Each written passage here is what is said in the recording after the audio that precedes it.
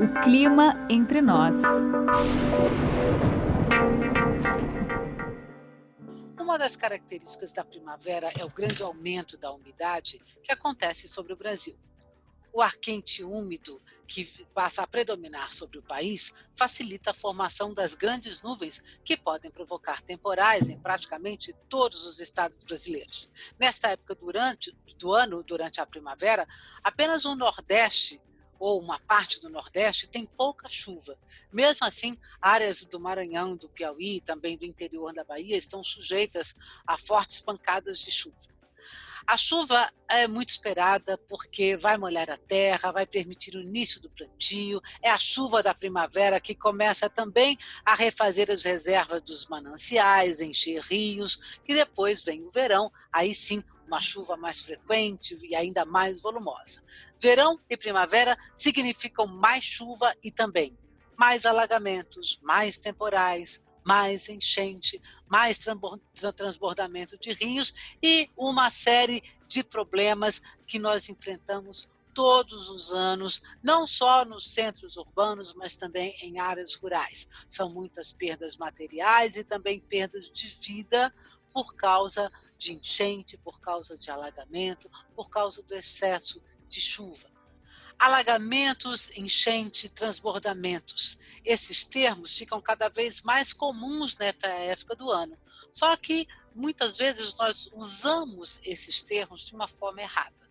Afinal, você sabe o que é o transbordamento, um alagamento, uma onda de enchente? Qual a importância do tipo de cobertura do solo quando se fala em escoamento superficial da água, né? Tudo isso faz parte de uma ciência que é a chamada hidrologia. A hidrologia, nós podemos dizer que é a ciência do caminho das águas. É sobre isso que nós vamos conversar hoje, sobre hidrologia.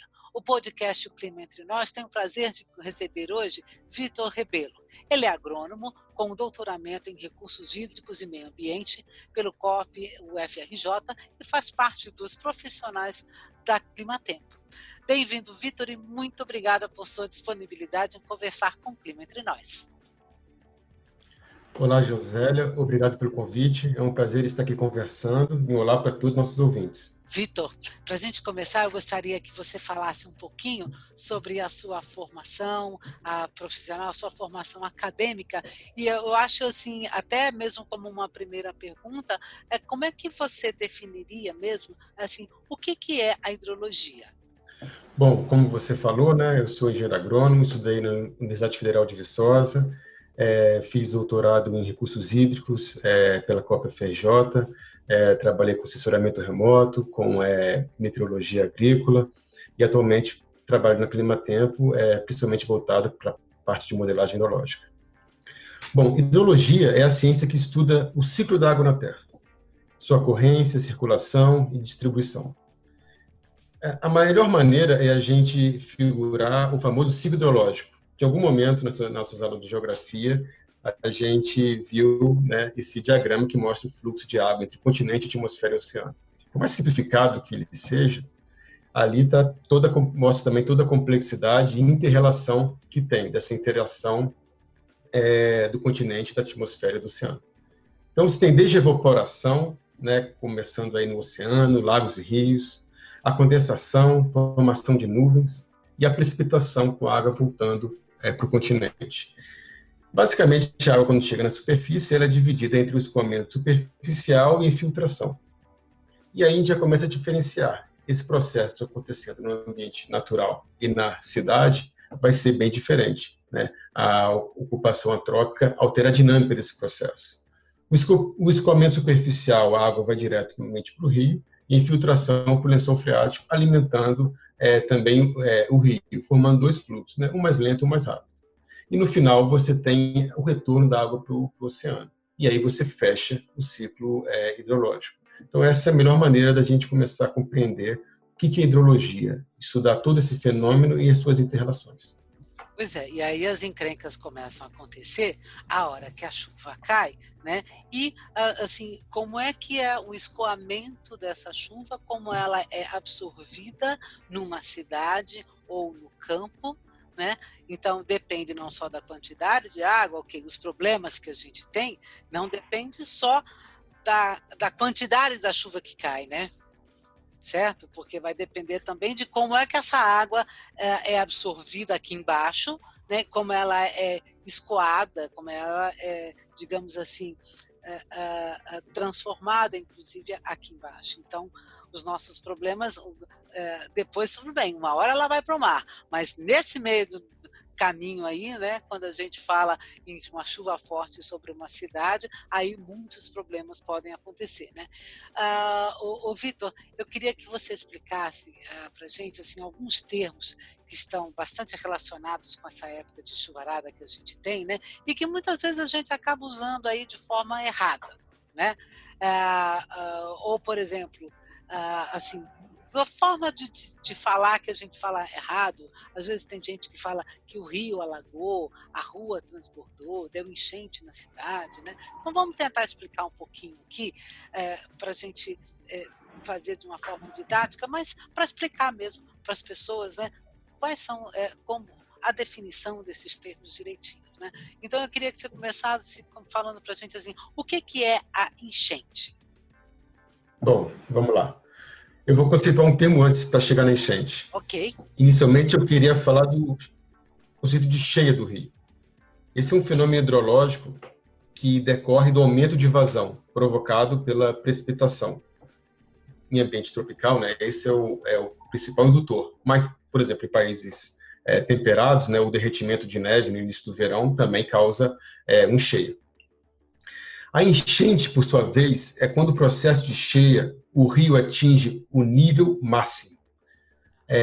Quando a gente fala de nível, estamos falando de altura, né? Mas não ocorre necessariamente o extravasamento de água do canal. Ou seja, a água se limita à calha principal do rio. Já, agora, indo para um outro conceito, além da enchente, nós temos a inundação. A inundação é quando acontece esse extravasamento de água do rio para as áreas que ficam marginais, marginais ao rio. Tá, então vamos entender. Você tem o rio, né? Aí, por exemplo, está chovendo, começou a chover bastante na cabeceira, o rio vai enchendo, né? Sei lá, a gente pode imaginar um copo, né? Que ele começa a encher de água, aí ele chega no topo, né? Mas sem extravasar, né? Então, quando o meu rio chega, a água chega lá no topo, ele preencheu toda aquela caixa, como você diz, a gente diz encheu, né? Enchente. Né? Aí, se continua chovendo um pouco mais, né? Ou se você coloca mais água dentro daquele copo, aí começa a cair para fora. Exatamente. Né? Aí começa a inundar, né? Bom, aí olha só que coisa interessante. Aí você falou, tem as margens do rio, né? Então, aí a gente pode imaginar, por exemplo, aqui na cidade de São Paulo, a gente tem o Rio Tietê, tem o Rio Pinheiros, né? E ao lado, margeando esses rios, nós temos as grandes avenidas que são as marginais, né? Exatamente. Então, é a melhor definição. Pois as marginais, que elas são do lado do rio, e eventualmente os rios estão cheios, depois eles enchem e aí é tanta água que aquela água sai do rio e vai para as marginais. Exatamente. Certo? Quando a gente passa de carro ali, a gente vê, né, aquele canal de concreto e geralmente o nível ali, a gente sempre vê o triângulo do canal, né? Então, esse aí é o curso normal. Aí começa a encher, aí o concreto começa a sumir. Quando o concreto subiu completamente, a gente teve a nossa enchente. Certo. A próxima gota que cair e começar a tampar o asfalto, aí a gente pode chamar de inundação. De inundação. Ou seja, primeiro o rio enche e depois começa a causar inundação. Aí eu te pergunto mais uma coisinha. Inundação e alagamento é a mesma coisa? São coisas diferentes? São coisas diferentes. Bom, alagamento, mais especificamente, é quando você tem uma deficiência ou uma sobrecarga na drenagem urbana. Acontece quando as galerias de rede de drenagens não são capazes de escoar todo o fluxo de água que vem dos bairros. Ah, tá.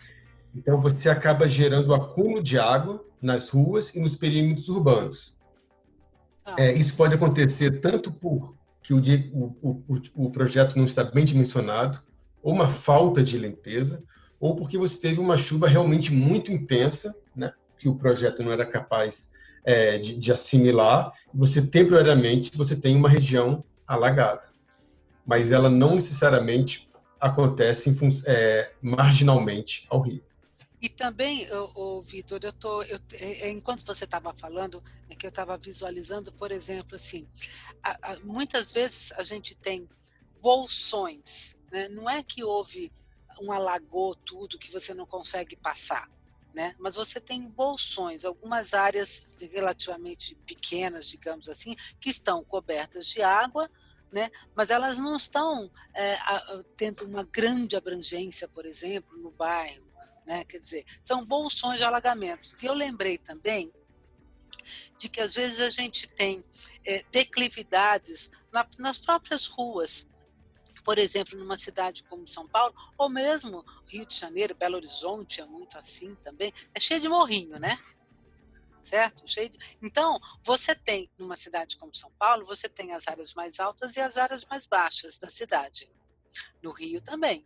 Você tem as áreas mais... Santa Teresa, por exemplo, que é um bairro que está lá no alto, né? E aí você tem as áreas mais baixas, né? Belo Horizonte, como outras cidades de Minas, cheio de morrinhos. Então, você tem as áreas mais altas e as áreas mais baixas, né?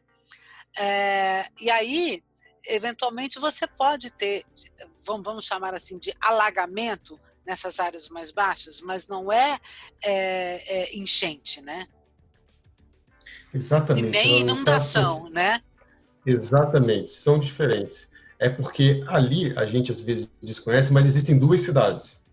Existe a cidade que a gente vê e existe uma cidade subterrânea, formada pelas galerias, pelos dutos, que escondem toda essa água.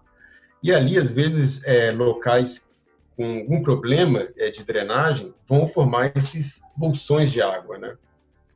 E aí você vai ter aquela água estagnada. Então, alagamento se refere a isso e não necessariamente tem relação com a proximidade com o rio, mas É, sim com a drenagem daquele local que está deficiente. isso é muito interessante, ou seja, não é necessariamente um local vai alagar, não porque ele está próximo ao rio, pode acontecer em qualquer área, né? Em qualquer lugar. Né? Exatamente. Às vezes, por exemplo, a gente tem, por exemplo, o rompimento de uma adutora, o rompimento de um desses canos enormes aí das companhias de água, né? Por exemplo, tem o rompimento, estraga um hidrante de água de rua, por exemplo, né? Começa a jorrar água para tudo quanto é lado, alaga aquela região ali, por exemplo, né? Certo? E você só consegue detectar quando você tem chuvas intensas que testam o sistema ao máximo, né? Então, Tá. quando vem as chuvas torrenciais, todas aquelas obras que deveriam ter sido feitas no período da seca, que não foram feitas, agora ficam evidentes quando você tem uma chuva de início de verão, né, torrencial, e aí vai mostrar exatamente onde deveria ter sido feita a manutenção ou terminada uma obra, né, onde tem esses bolsões. Infelizmente, eles são indicativos onde a manutenção ou as obras adequadas foram deficientes. Eu tô lembrando aqui também de uma outra situação, Vitor, que acho que a gente tinha que separar um pouquinho o que é a área urbana, né, a drenagem urbana e a drenagem, por exemplo, em áreas rurais. Eu estou me lembrando de uma situação de estradas de terra, que você tem aquelas manilhas, né, que você tem que ir colocando, né, ao longo da estrada, para que a água que caia de morros, por exemplo, né, vá passando por dentro daqueles canos enormes, né, aquelas manilhas, né, e não fica acumulada na estrada, né, por exemplo. né? Que esse é um outro problema. Você vai por aí nesse Brasilzão cheio de estrada de terra, né? Se a estrada de terra também não for bem construída, né? Ela acaba criando aquele acúmulo de água, né? E aí a estrada de terra fica intransitável porque a chuva é forte e não consegue escoar. Eu queria que você falasse um pouquinho, definisse um pouquinho essa história da drenagem na área urbana e numa área rural. Como é que a gente separa essas duas formas de drenagem? O que é a drenagem? Pois é. No ambiente urbano, né, grandes cidades, você tem a pavimentação, você tem ruas asfaltadas e você tem uma impermeabilização quase que total do solo, né? Então, é necessário você ter um sistema de drenagem praticamente em toda a cidade, né? Já no ambiente rural, você tem uma drenagem parcial, apenas nas vias, por exemplo, nas ruas, nas calçadas, parcialmente se faz essa drenagem, mas você vai ter uma contribuição muito grande, né, do solo exposto que drena a água naturalmente. Vamos pensar assim, uma cidade como São Paulo tem um índice muito elevado de área impermeabilizada em relação à área não impermeabilizada, umas 80%. Uma região rural, isso pode ser menos de 50%, 20%, porque eu tenho uma grande área exposta com o solo que recebe naturalmente água da chuva, sofre filtração e alimenta o lençol freático. Então, é só a gente passear aí no bairro, a gente vê que está tudo asfaltado, a gente só vê aquele canteirinho em frente ao prédio. Mas quando a gente já vai numa cidade pequena, você vê que o lote, né, o lote de terra, ele tem um jardim muito maior, geralmente a área construída de um lote numa área rural, às vezes 50% ou menos da área total do lote. Então, isso contribui muito para infiltração de água. E você não vai ter com mais raridade, né, esses alagamentos, como são tão frequentes, né, em áreas densamente urbanas. Quando a gente está falando de impermeabilização, ou seja, esse é um termo que a gente usa, não sei se eu estou certa, eu queria que você falasse, a gente usa para formas de como a superfície está revestida? Exatamente. A impermeabilização é quando, vamos imaginar um solo e a gente coloca uma cera sobre ele. Sim. Ou seja, se ele for um solo plano, a água vai ficar parada, né? E se ele tiver uma inclinação, aquela água vai se arrastar por cima. No ambiente natural não é isso que acontece. Toda a água que cai, ela só tem dois caminhos a serem feitos. Ou ela infiltra, ou ela escoa. Ou ela entra no solo, ou ela é arrastada pela superfície. Entra na terra. A terra chupa, exatamente, tá. Exatamente. Aquele cheiro de terra que a gente sente, a água sendo infiltrada. É isso, cheiro de terra molhada. Cheiro de terra molhada. E esse processo na natureza, ele acontece simultaneamente, né? Você tem uma taxa de água infiltrada e água sendo escoada, né? Então, quando você vai para o ambiente urbano, você anula uma delas. Toda a água está sendo escoada, você não tem infiltração. E na natureza, a quantidade de água que atravessa, que entra no solo é muito grande. Solo é uma verdadeira caixa d'água. Solos brasileiros são solos que a gente chama intemperizados, que significa solo velho, que é um solo profundo. Né? São solos de metros de profundidade e que armazenam muita água. Quando a gente anula todo esse reservatório, a gente tem que escoar essa água para algum lugar. Então, sem um sistema de drenagem urbana, seria impossível, né, a gente viver com qualidade numa cidade. Né? Então, a gente tem que drenar essa água. No ambiente rural, ela é armazenada no solo, mas no ambiente urbano a gente tem que drenar. Ou seja, cai o chuvão na cidade, tá? E aí ela escoa em cima do asfalto, né? Do concreto, né? Um pingadinho da chuva vai cair nos canteirinhos, como você mesmo falou, né? porque só tem canteirinho, Exato. ninguém, né? Eventualmente ainda Exatamente. tem uns pedaços de parques e tal, né? Mas e aí tem muita gente que não quer nem o canteirinho porque dá trabalho, porque suja, sabe, a terrinha. Tem gente que até bota cimento em tudo para ficar bem lisinho, né? Porque daí a Exatamente. água suja, né? A terra suja. Aí aquela água escoa toda, né? Se aquela boca de lobo ali no meio-fio, na calçada, estiver em ordem, desimpedida, sem lixo, certo? Aquela água Sem vai lá, folha, sem sem terra. folhas, né? Aí aquela água toda do chuvão vai rapidamente para a cidade subterrânea. É o Exatamente. quê? É o Que às mundo vezes a gente das não tem. tartarugas ninjas? Tinha um professor meu que ele falava, né, que existem duas cidades. A Ah, gente vê uma, né, mas a gente não vê a segunda cidade, que é esse sistema de drenagem urbana, formado por dutos, galerias. Quem é da década de 90 aí se lembra das tartarugas ninjas, né, onde eles moram lá. E eu me lembro que eles moram nos lugares grandes, né? ah. As galerias são gigantescas, né, não são pequenas, né? Então, é uma boa forma da gente fazer essa imagem, né, de que tem um sistema por debaixo. Às vezes a gente vê uma obra sendo feita, colocando algumas manilhas, mas isso é local, isso é no bairro, né? Cada bairro vai jogar isso numa galeria, numa adutora, e aí a gente forma esse sistema de drenagem, que a gente não está familiarizado a ver, porque realmente fica escondido, mas a gente sente ele quando ele não funciona bem. Tá, só que aí, o Vitor, assim, essa água que cai na cidade, tá? Ela vai então para as galerias pluviais, certo? Que coletam Exatamente. a água da chuva, né?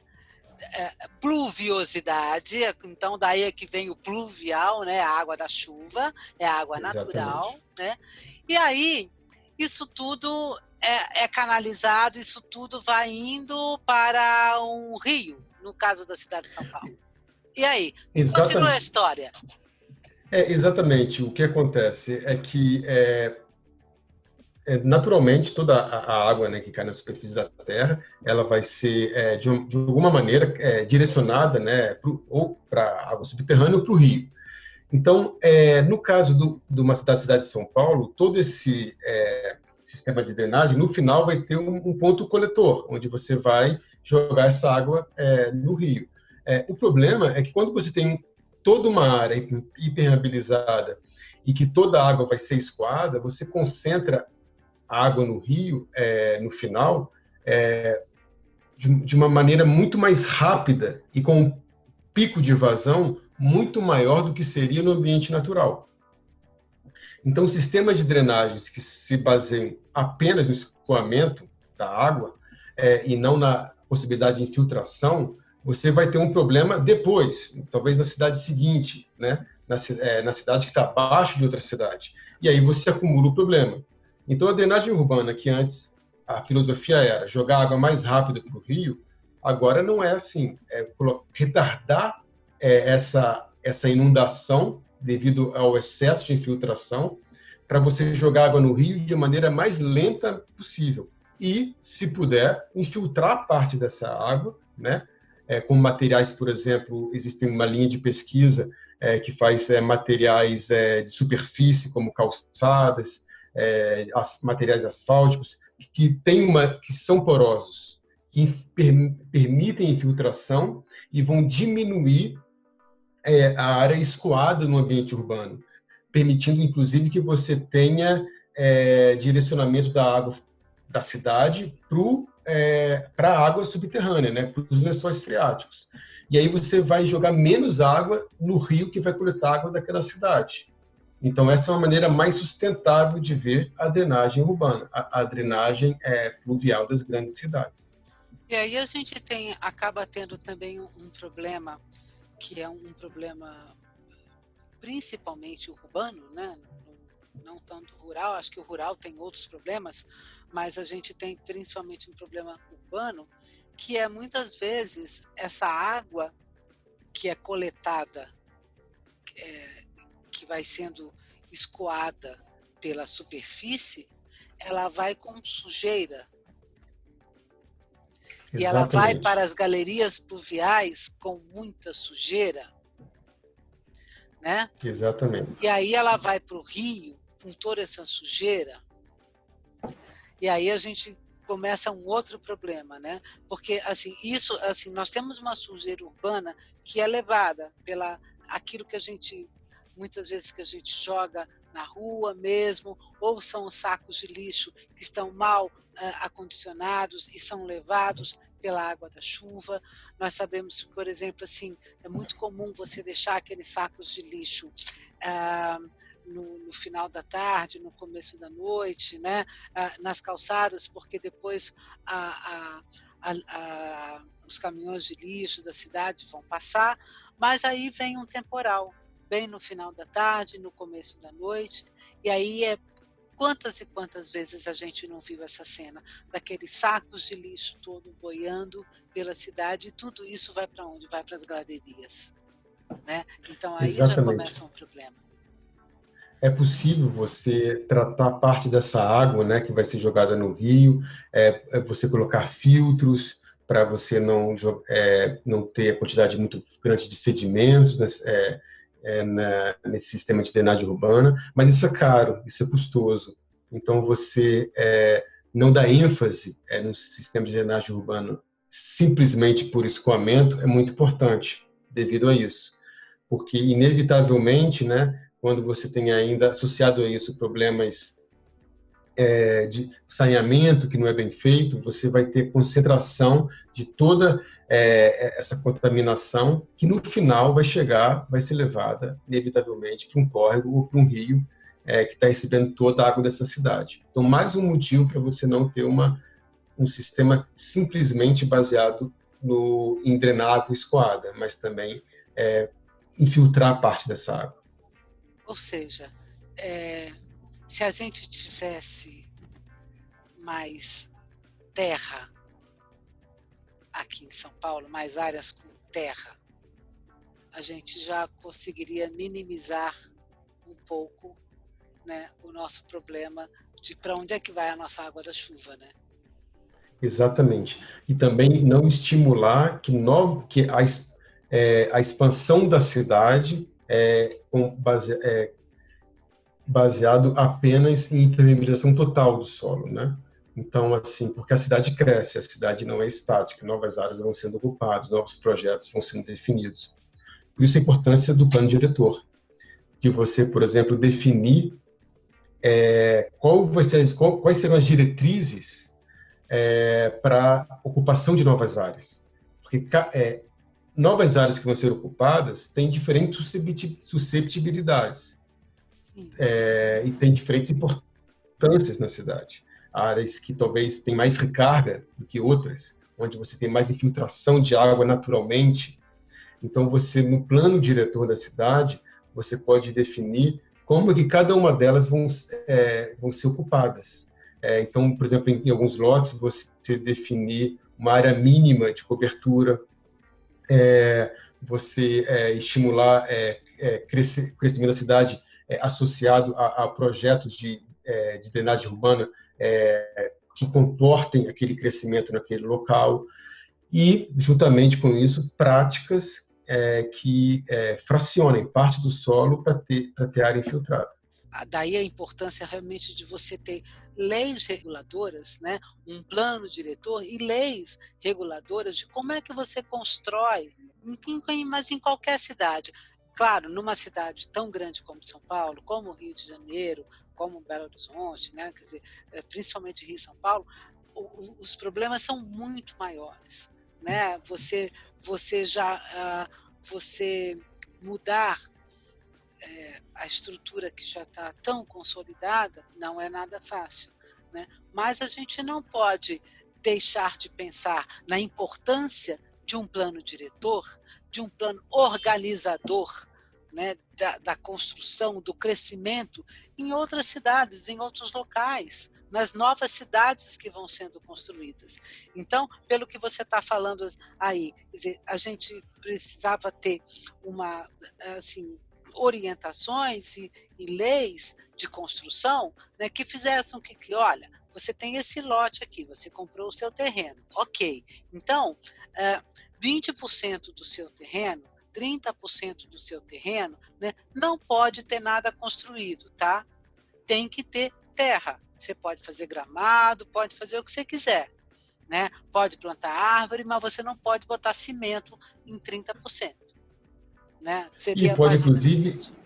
exatamente, e inclusive incentivos fiscais, por Olha, exemplo, prédios que tenham cisternas para que coletem água do telhado e que armazenem temporariamente parte dessa água, bairros que façam piso permeável, esse tipo incentivo fiscal também nesse sentido pode ser importante, porque o bairro ele vai ter a iniciativa de ter essas práticas alternativas que contribuem no final das contas, né, para você não sobrecarregar o sistema, né? É lógico que isso tem um problema, que isso é feito a longo prazo, né? Isso claro. geralmente você só sente os efeitos, você não sente os efeitos, né, diretamente. Você sente o efeito quando ele não é feito, né? Então, assim, você não acredita a qualidade do sistema quando tem uma cisterna, por exemplo. É quase que ali uma alternativa invisível, né? Mas é importantíssimo. E também, talvez, pensar de estimular áreas de infiltração fora da cidade também é muito importante, porque a cidade ela está encaixada num contexto de bacia hidrográfica. Tá. Então, a bacia hidrográfica ela tem várias cidades.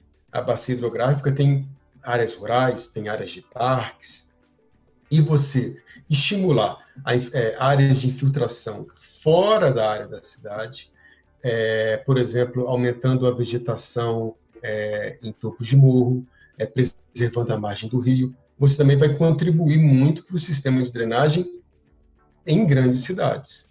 Então, por exemplo, existe até o conceito de você pagar pela água, né? Por exemplo, produtores de água. Então, o produtor rural, que aumenta a sua quantidade de área preservada, né? Tem mais vegetação, ele tem ali bolsões de água que vão chegar mais lentamente nas cidades. E com isso Tá. não vão sobrecarregar o sistema. Então, são ideias amplas, né? Que também podem contribuir, ou seja, não pensar só do ponto de vista de obras, não pensar apenas de maneira construtiva, né? Mas também pensar holisticamente, né? Que a água em toda a bacia hidrográfica vai interferir naquele ponto. E de forma sustentável, né? Porque aí a gente começa, inclusive, a introduzir a ideia do reuso da água. Né? Sabe, Vitor, acho que eu vejo que a gente acaba sendo digamos, um problema, entre aspas, num país como o Brasil, onde nós temos fartura de água. Né?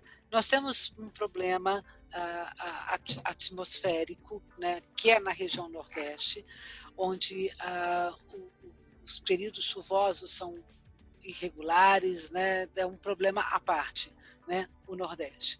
Mas, de forma geral, a quantidade de chuva, de água nesse país é muito grande.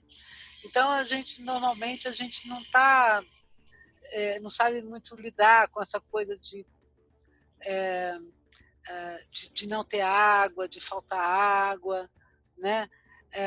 De não ter água nenhuma, de ter racionamentos eternos. Nós tivemos a crise hídrica, né, de 2014, 2015, aí, que fez com que muita coisa fosse repensada, mas eu acho que nós ainda assim pensamos mal e usamos mal a nossa água. E eu acho que isso está muito relacionado, digamos assim, com a nossa fartura.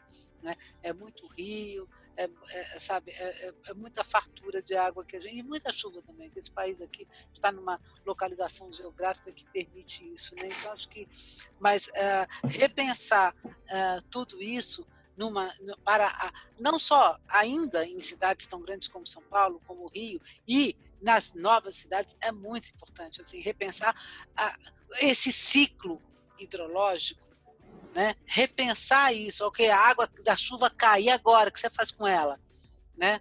Ela pode escoar, ela pode infiltrar, você pode guardar essa água para reusar depois essa água, né? E aí, se você recolhe ela um pouco, você segura ela um pouco com você, ela não vai totalmente lá para a rua, ela não vai de uma vez toda, por exemplo, lá para a galeria pluvial, dá tempo de escoar um pouquinho mais, passa por essa consciência de como é que você escoa o seu lixo, como é que você tira o lixo que você produz, como é que você armazena esse lixo, como é que você joga fora esse lixo.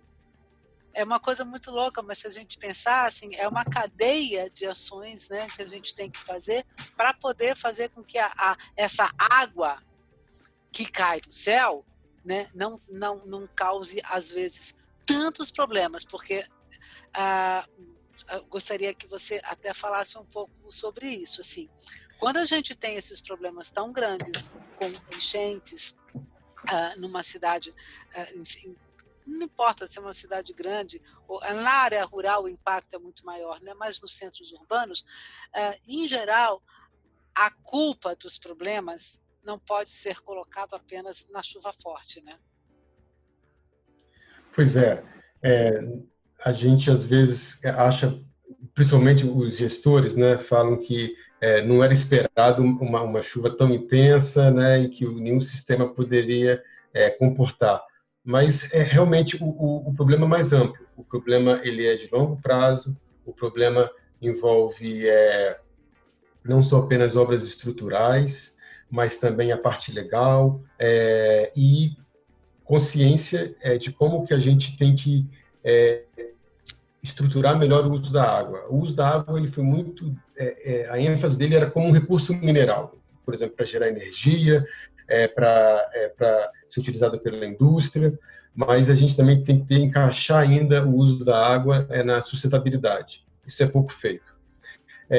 Outra coisa também é o abastecimento, a falta de qualidade no abastecimento de água urbano, né? Por exemplo, a água que a gente usa para abastecer os nossos lares, às vezes é água que as pessoas usam para limpar a rua, para limpar o carro, e isso ficou muito claro na crise que a gente teve aqui de 2014, né?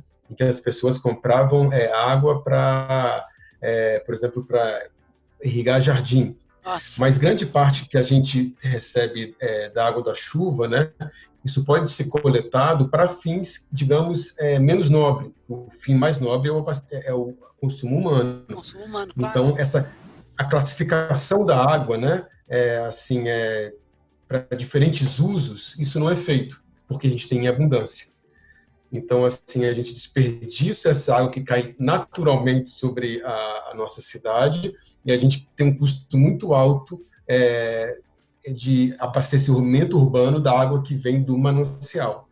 Então, nesse sentido, também é importante a gente usar melhor a água, né? Classificar os diferentes usos.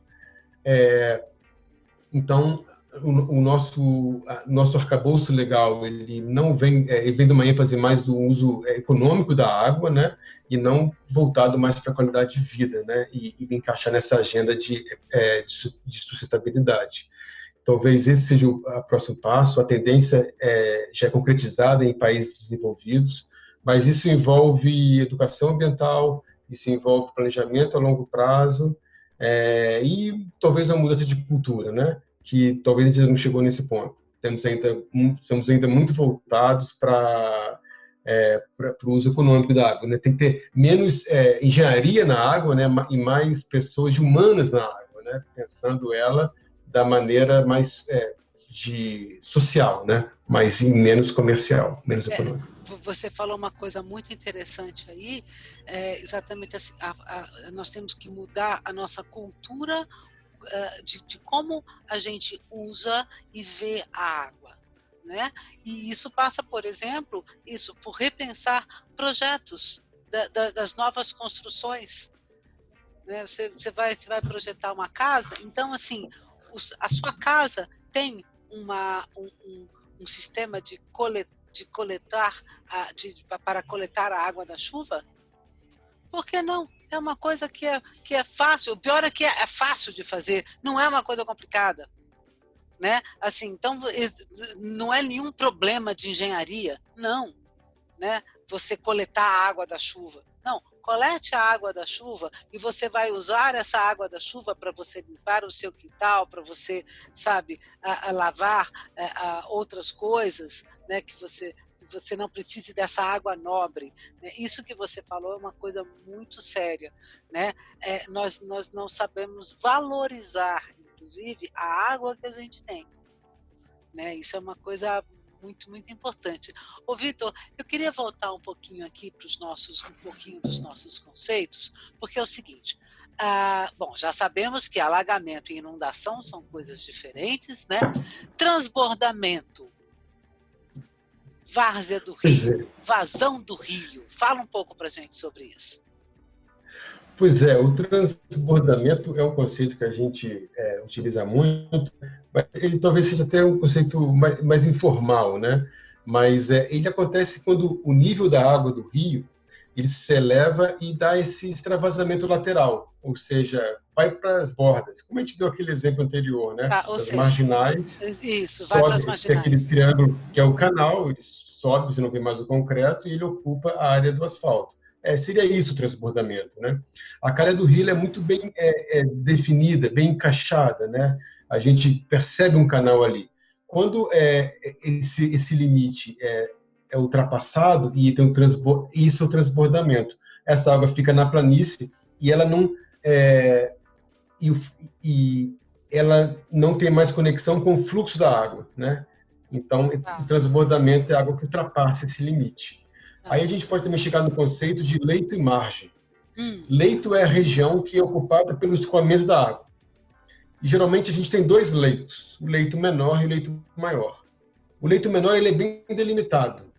Aquela calha principal é o local que quase todo ano ele é ocupado pelo rio. Ou seja, é ali onde a água corre mesmo. Ali onde é aquela água que está ali. Aonde a gente pesca, né, que está sempre ali no meio. Tá. E você tem o leito maior, que é a área ocupada com menor frequência, quando a gente tem a enchente. Então, onde você vai ter a maior probabilidade de encontrar água do rio, ou no leito maior, ou no leito menor ou maior. Já a margem do rio é a delimitação física do leito. E aí você vai ter duas margens, a direita e a esquerda do rio. Várzea é uma palavra que está muito no nosso cotidiano, né? Mas a definição dela é que são terras planas, próximas aos vales que formam o rio. Vamos imaginar um rio amazônico. A gente vê muito, com frequência, né, nos jornais, né, porque lá as cheias são gigantescas, né? Então, durante o período de enchente, o nível do rio se eleva, ocupando todo o leito. Caso você não cesse essa elevação, você tem o transbordamento e aí invade as áreas marginais. Então, são lagos, igarapés, todas essas áreas são denominadas de várzea. Só que a vegetação ali, o ecossistema nas áreas das várzeas, como elas são com uma certa frequência inundadas, tem um tipo de vegetação ali um ecossistema que se adapta a essa inundação. Então, é uma região de várzea, uma região meio pantanosa. Então, seria mais ou menos isso, esses conceitos que estão muito no nosso dia a dia, né? Essa várzea, ou seja, essa região sempre passível de alagamento, né? de inundação, né? Digamos assim, esse é o termo correto, né? A várzea é uma região próxima do rio, né? Terras planas. De terras planas, próxima da margem do rio, né? E sempre sujeitas a inundações eventuais. Exatamente. Exatamente. Porque por exemplo, a gente fala, por exemplo, tem uma coisa interessante, a gente fala planta na várzea. O arroz, por exemplo. Arroz de várzea, por exemplo. As terras baixas. As terras baixas, olha só, tá vendo? Então, assim, você planta no arroz de várzea. Porque, bom, exatamente. Primeiro eu preciso explicar, assim, arroz é um tipo de plantio que precisa de bastante água, né? Ele está sempre... Tem os dois, mas originalmente, exatamente. O arroz porque tem o arroz mais seco, mas tem o arroz que você planta, que você deixa sempre naquela área inundada ali, alagada, né? Tá sempre cheio de água por ali, né? E aí a gente fala do arroz de várzea, né? Então, ou seja, essa várzea, digamos que essa várzea é um lugar onde você sempre vai encontrar água, quase sempre. A não ser que seja uma seca extrema, mas sempre vai ter um pouco de água ali. Na verdade, a várzea é uma área onde você, quando tem uma seca, uma cheia esporádica, ela vai ser inundada, mas assim, ela é pouco frequente, porque o que é mais comum é o leito maior, né? Então a várzea ela está além do leito maior, é a área que é inundada menos esporadicamente. Mas então, o ecossistema ali, ele acaba se adaptando a essas inundações periódicas e também é uma região úmida, né? Naturalmente, por estar perto do rio. Você tem fluxo de água também que é subterrâneo, então, por difusão. Então, é uma área que geralmente é úmida. O conceito o melhor conceito seria terras planas perto do vale do rio.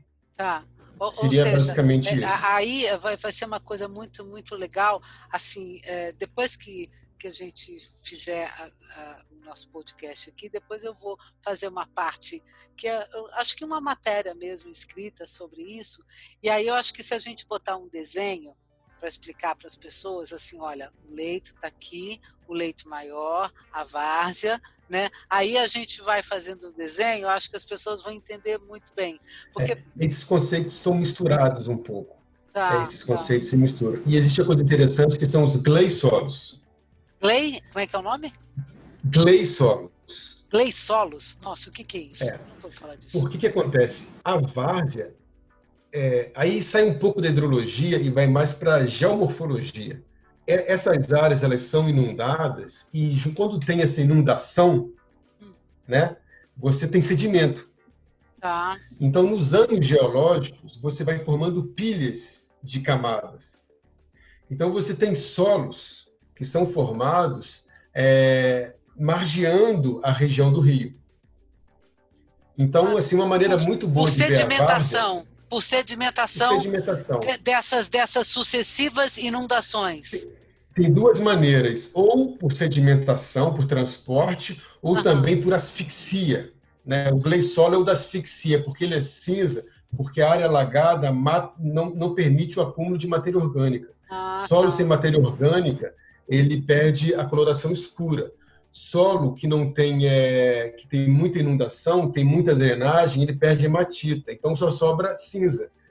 Então, por exemplo, nas várzeas você vai ter então um produto que é resultado do tipo de vegetação que se adapta a essas terras planas e úmidas e ao solo que é frequentemente inundado. Então, assim, ali você tem uma região que a paisagem que é moldada pela presença de terras planas ao longo do rio.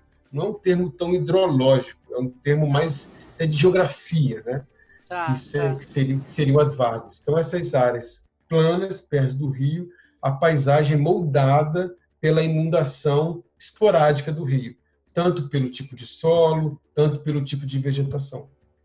Bom, e aí a hora que você constrói na várzea, você começa a ter problema, porque ali é um lugar onde a água do rio vai chegar eventualmente, né? Ali vai ser um lugar que você pode ter bastante problema. Tem vários problemas. O primeiro é o seguinte, que você ocupa essas regiões planas ao longo do rio, que são excelentes, principalmente em comunidades que não são que não têm um atendimento adequado do poder público, porque ali ela pode pegar água, ali ela pode jogar o lixo, ali foi assim que a sociedade se desenvolveu, foi ao longo dos rios, porque tanto os resíduos quanto o abastecimento era feito diretamente ali, né? Então, em comunidades que não são abastecidas com infraestrutura, elas acabam crescendo marginalmente no rio. primeira coisa que você tem é deterioração das paredes, os taludes do rio. Então, você vai ter o quê? Você tampa o canal. Quando você tampa o canal, você tem uma área do rio menor, ou seja, ele vai ter cheias mais frequentes. Tá. Com menos água, você tem mais chance de transbordamento. E ali são regiões planas, em que você vai ter água, vai ter inundação, e, além disso, se você não tiver o saneamento básico naquela região, você ainda vai ter água inundada, contaminada. Então, realmente, a região de Caxias, no Rio de Janeiro, isso é muito comum. Então, ali você tem um impacto social gigantesco, você tem problemas de doença, você tem um problema de saúde econômica das pessoas. Então, é muito grave. E de 2 em 2 anos, 3 em 3 anos, 4 em 4 anos, é frequente você ter esse problema.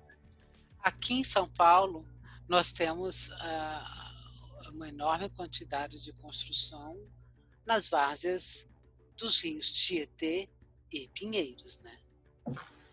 Simplesmente assim, essas várzeas são ocupadas. Nós temos bairros que foram construídos, quer dizer, a cidade foi crescendo, não deveria estar, mas tem bairros que estão nas várzeas do rio. Aí, quando você começa um período chuvoso, aquelas áreas vão ficando alagadas ali, quase que assim, depois da cheia, né, depois de transbordamento, o primeiro transbordamento, nossa, pode demorar semanas e semanas para aquele bairro voltar ao normal. Isso aqui a gente vê, quer dizer, é fruto de um crescimento mal planejado, de um crescimento desordenado que São Paulo teve, né? No Rio de Janeiro a gente tem outros problemas, né? Que a gente pode falar, por exemplo, aqui nós temos a canalização, né, dos rios Tietê e Pinheiros, né? E no Rio de Janeiro a gente tem outros problemas aí de locais que a gente sabe que sempre enchem, sempre vão ter problemas, né? Tá, é o problema de escoamento junto com obras, por exemplo, o problema do Maracanã ali. Como é que é essa questão hidrológica ali no Rio? Pois o Maracanã é uma região que frequentemente, né, teve problemas históricos de inundação, de alagamento, e ali você tem o Rio Maracanã, né, Sim. que ele foi canalizado. E você ali está próximo à região montanhosa do Rio, né? Então você ali era uma região onde você tinha o rio, escoando toda a água que vem da região montanhosa, e no período colonial você tinha até o nível do mar que chegava até aquele ponto. Mas a cidade do Rio de Janeiro passou por diferentes intervenções, diferentes sistemas de drenagens, mas aquela ainda era uma região onde você tem uma grande concentração de água pluvial. Isso não foi resolvido. Então, a cidade cresceu, a cidade resolveu um problema momentâneo, mas quando você tem os picos de chuva, você tem aqueles alagamentos clássicos ali. Então, uma única solução foi a construção de piscinões, né, como também ocorre em outras grandes cidades, para resolver esse problema de em janeiro ou fevereiro, quando você tem aquelas chuvas torrenciais que o sistema não comporta, né? E aliado a isso, no Rio, quando você tem as marés altas, né, você dificulta a drenagem da água para o oceano. Então, você tem esse agravante. Isso aconteceu, se não me engano, em 2012, né, quando teve uma grande enchente no Rio também. Ainda tem mais esse probleminha, né, em cidades litorâneas, né, que você tem que compor a água que escoa, a água da chuva que tem que sair da cidade com a maré, né? Exatamente. Porque a maré pode servir como uma barreira para o escoamento dessa água Nossa, esse é um outro problema que a gente tem. Vitor, assim, vamos falar um pouquinho para a gente encerrar aqui sobre essas canalizações, porque essa é uma solução de engenharia, uma solução hidrológica que nem sempre é consenso, né? Então, assim, podemos citar aí prós e contras.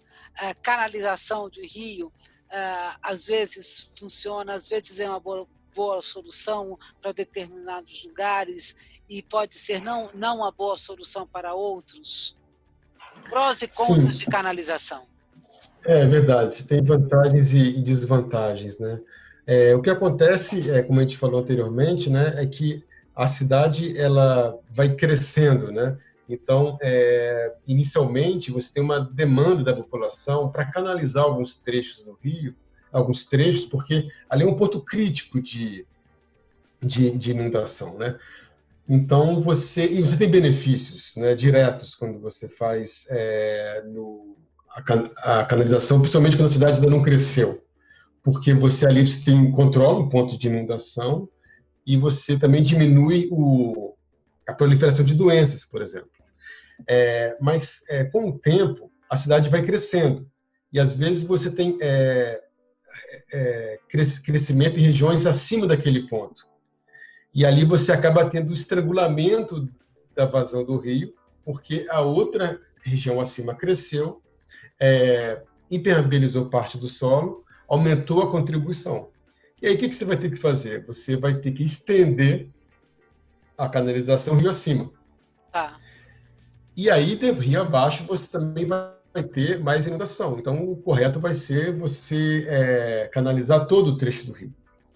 E isso tem um custo muito alto, lógico, não é a melhor solução, não é a solução mais sustentável. E também você vai ter o ponto final de drenagem de água da cidade, né? Um outro rio que vai receber água de toda aquela cidade, vai receber uma quantidade, um volume muito maior num espaço muito curto, porque está tudo permeabilizado e tudo canalizado.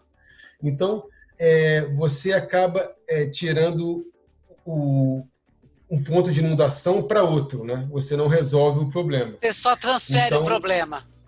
Só transfere o problema. Então, o ideal, né, é você ter práticas aí mais sustentáveis e não impermeabilizar não canalizar por completo, né, no rio, numa cidade. Mas é claro que isso tem que ser moderado, porque as margens dos rios estão ocupadas em grandes cidades, né? Então não deveriam ser, mas uma vez que já estão ocupadas, como é que a gente faz? Então a gente tem aí um problema que envolve o planejamento, né? E os problemas que vão acontecer no próximo verão. Então, se você for planejar para um local, sim, não seria ideal canalizar. Mas numa região que já está estabelecida, como você faz se não canalizar para não ter problemas de um ponto de inundação e proliferação de doença?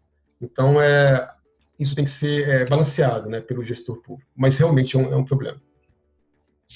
Vitor, para a gente terminar, uma cidade como São Paulo, por exemplo, se ela tivesse mais terra, menos asfalto, se ela aumentasse a quantidade de terra dela, será que nós teríamos menos enchentes, menos alagamentos?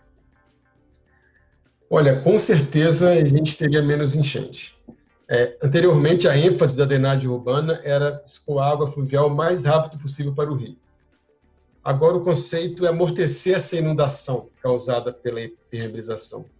Então, ou como você falou, aumentando a capacidade de infiltrar, ou deslocando, né, água, ou drenando a água para regiões de áreas impermeáveis, também para áreas permeáveis, também é uma possibilidade, ou por reservatórios temporários, os chamados piscinões. Os piscinões, né?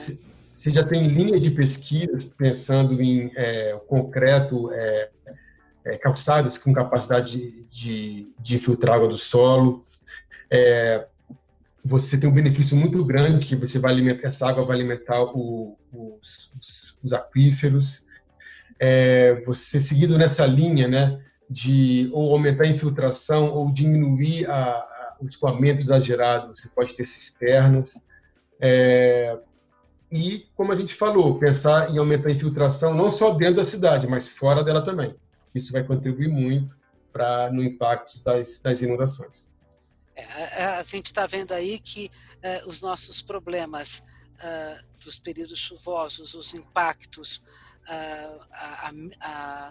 a mitigação, né, dos impactos causados pelos grandes temporais, pelas chuvas volumosas de verão, elas realmente passam por planejamento, passam por repensar a forma de construir, né, as cidades daqui para frente, a forma de você viver na cidade, porque todo verão vai ter temporal. Isso a gente Exatamente. sabe, assim, quer dizer, a chuva forte do verão, ela sempre vem, né? Pode, em alguns verões, tudo bem, você tem menos chuva, outros mais chuva, mas nós temos tempestades que podem acontecer, na verdade, até em qualquer época do ano, né? Então, passa, e se a gente colocar ainda a luz de aquecimento global, onde você, numa cidade como São Paulo, por exemplo, você tem a tendência a ter mais temporais, né? As ilhas de calor. Então, os nossos problemas são ainda muito maiores, né? Quer dizer, os problemas que a gente tem de enchente, mais do que nunca. Não é só a água da chuva, não é só o chuvão, não é só o temporal. Né? Passa realmente pela nossa a nossa forma de viver, né? Exatamente. E esses projetos, eles são muitas dessas medidas, né, elas não são perceptíveis pela população, né? Por exemplo, os piscinões são enterrados, então a gente não vê que eles estão construídos. Os materiais permeáveis, né, também a gente não percebe, a gente vai andar como se fosse a mesma calçada, as cisternas são escondidas. Então é importante conscientizar a população, educar, para ela ver que essas medidas têm efeito, mesmo que a gente não vai ver um resultado direto, né? A gente só vê o resultado negativo, né? Mas as vantagens, né, de um sistema robusto, que vai minimizar essas inundações, a gente não vê. Aí, por isso, a gente passa também pela parte de educação ambiental e que talvez é importante a gente ter essa cultura, né? Para a gente saber a importância dessas medidas. Maravilha. Vitor Rebelo, eu agradeço muitíssimo a sua participação, eu tenho certeza que todos vão achar essa nossa conversa aqui extremamente interessante.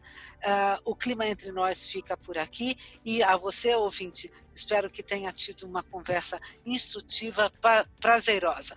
Você pode entrar em contato com o Clima Entre Nós através do e-mail podcast@climatempo.com.br. Até uma próxima e muito obrigada pela audiência.